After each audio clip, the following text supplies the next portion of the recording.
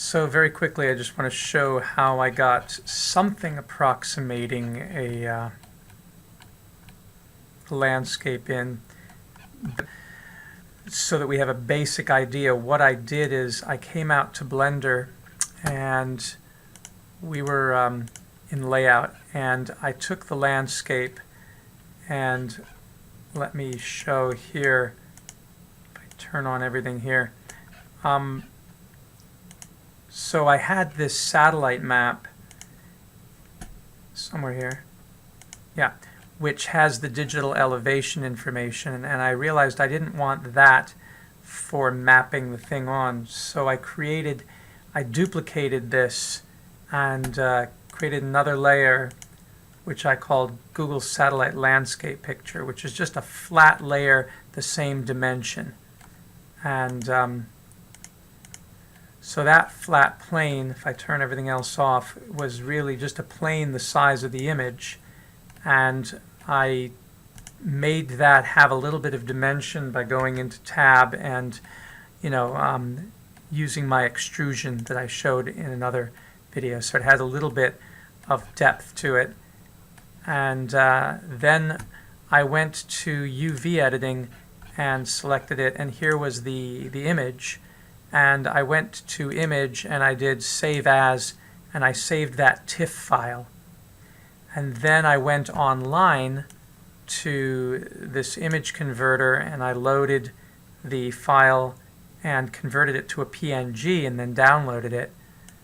And then what I did is I came into Roblox Studio and I imported that as a plane by making a mesh part, which is what we've done before, and then assigning the mesh part to that, let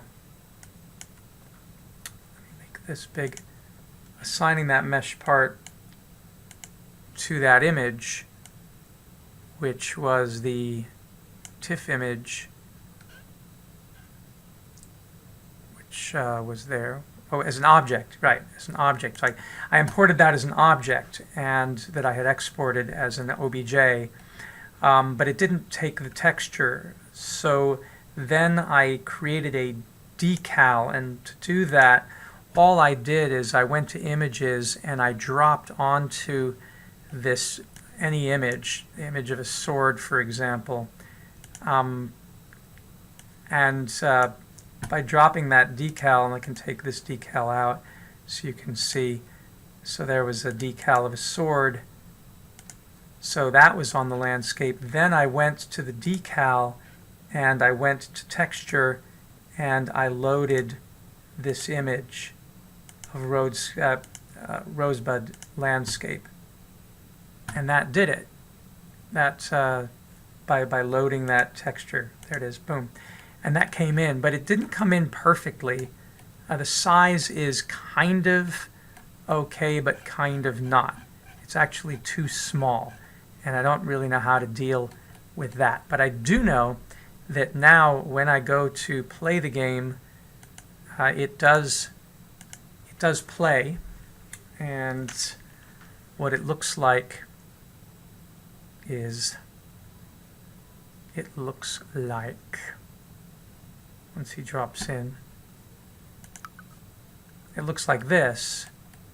So yeah, I'm on my texture, and I can go to the RV and I can go inside after banging on the door and go up to the room and open the doors, different functionality built in.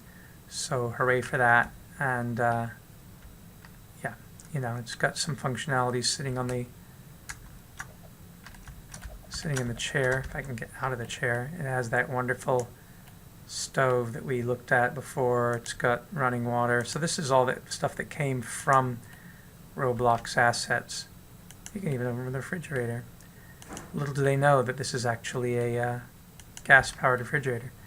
And I guess it even has a false fireplace. How pretty. Our RV has one of those too. So there's that, and the light switches, boom, LED light, super bright. So going back out, I put some cows in. They don't move.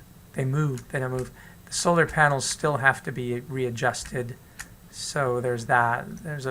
I put the volleyball court in, and I put in the basketball court, and I put the windmill and the 3 biodigesters. I put a goat pen, yay, with the 5 goats, and the car, and a false house, which, as you can see, is quite complex. It's got wonderful stuff in it, including particle effects. But it's not really the bishop's house. But it's a very nice house. So I have that in there. It's got all sorts of rooms in it to explore. Washing machine room. That's pretty cool. Although these handles don't seem to work. Okay, and then back out. And I even put in the lake as much as I could by painting a water texture on it. At the edge of the world, you fall through and there's a whole lot of nothing. So that's inconvenient. So we leave the game.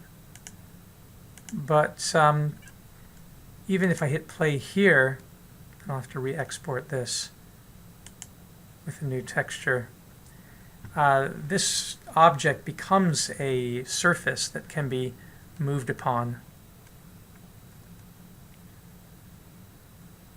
So when we zoom out, that landscape, oh, I see what's happening. It's fallen off the world because I didn't anchor it.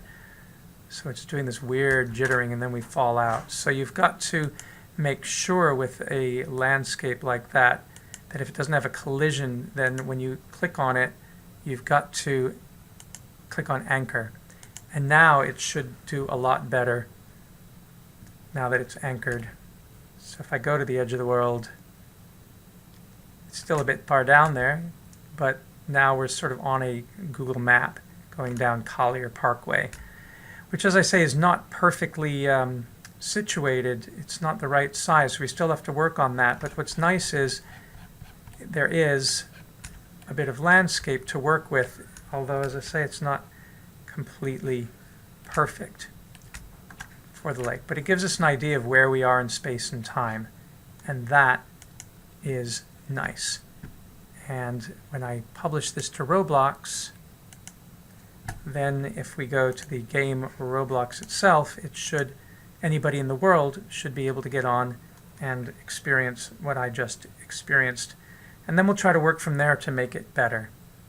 So that's the drill. That's what we're trying to achieve, is a way to be able to take place and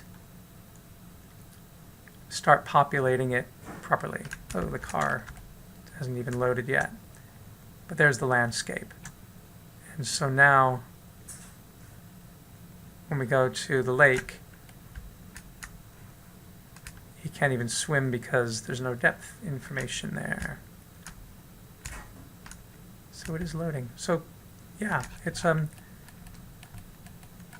pretty cool that now we are beginning to get our place in the world onto the map. And so we can begin to add sustainability assets for real places now, and put in functioning things like this incredible windmill and get the real biodigesters and solar panels in. Alrighty, so yay, hooray, good fun. Thanks for watching.